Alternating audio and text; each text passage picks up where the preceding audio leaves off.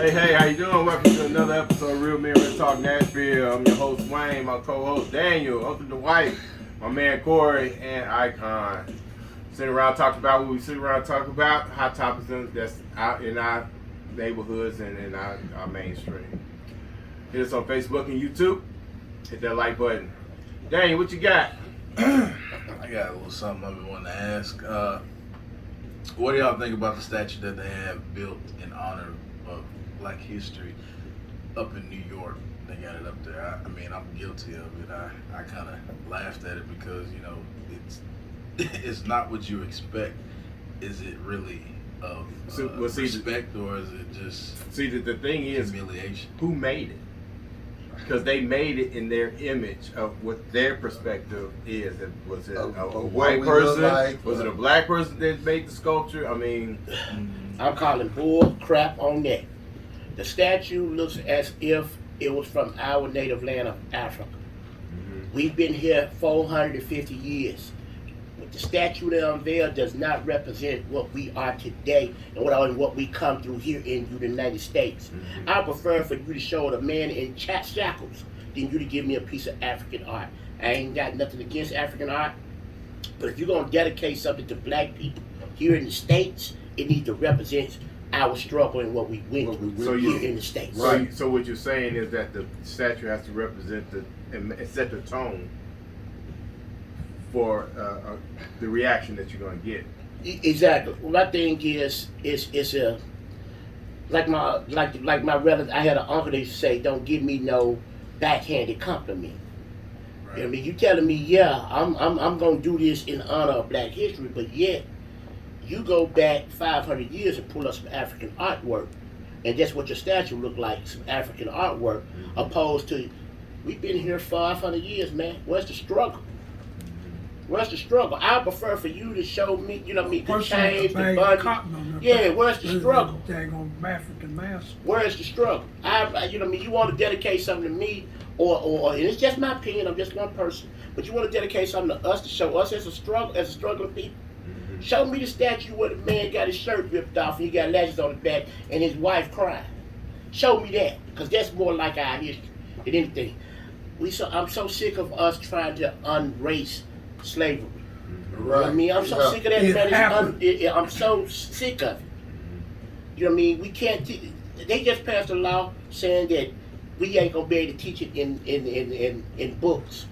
Slavery is gonna be forgotten out of books. That's crazy. This country was founded on that. How you gonna whitewash that? Well, they've been trying to whitewash But they're not erasing the Christopher statue, Columbus. the statue They're not erasing for the Confederates. all that. Yeah, Christopher Columbus was shit, a fucking murderer. Exactly, all that shit. But And I he mean, if didn't you're gonna even erase land here. one He part, landed in the you gotta West erase Indies. all of it. And it's not gonna be acceptable because But you then- cannot but then- teach one but- without having the other one follow, because one led to the next thing. But then it ain't our history, and that's what they're trying to get Again. away from. Our history. This country was built on a lot of violence, a lot of blood, and on the backs of Black Americans. I'm not going to be apologetic about that. It is what it is. Exactly. So just like now, they're replacing and moving a lot of the Confederate monuments to a central location, like a museum, where you can go visit. Instead of a lot of cities are relocating these. Do you think that's a fair reputation of showing some kind of respect to the Black community to just relocate them to an area where if you choose to go see it, you can go see it there instead of being like publicly displayed? And if they do, what are they gonna replace those monuments with? Because are they gonna replace it with some? Who says the monuments have to be replaced? The monuments should have never been there in the first place. A lot of people don't realize that most of these Civil War monuments came during the Jim Crow era, during the voter right era, 1969. And that was to remind them, as although they're giving you voting rights, they're reminding you by putting these statues everywhere. Don't forget where you at. Exactly. Don't forget Right. where you are. Okay, so removing them now is cool, but it's a sleight of hand in my opinion. Because at the same time you're removing statues, but now you're pressing voter Yes. suppressing voter registration. Yes. Mm-hmm. So what are we doing? See, we can't get so happy and say, "Oh, they moving the statue," Wait, and not realize and that not they making it realize hard for us that to they- vote right, now. exactly. Yeah. Well, it's always going to be some kind of control being How's replaced. that harder to vote. Oh man, where you been? all the laws that they All the passed, laws like they have especially cut. going on in Georgia. They have mass cut out, election? they're trying to cut out Sunday voting. They're trying to restrict the early voting, condense that time.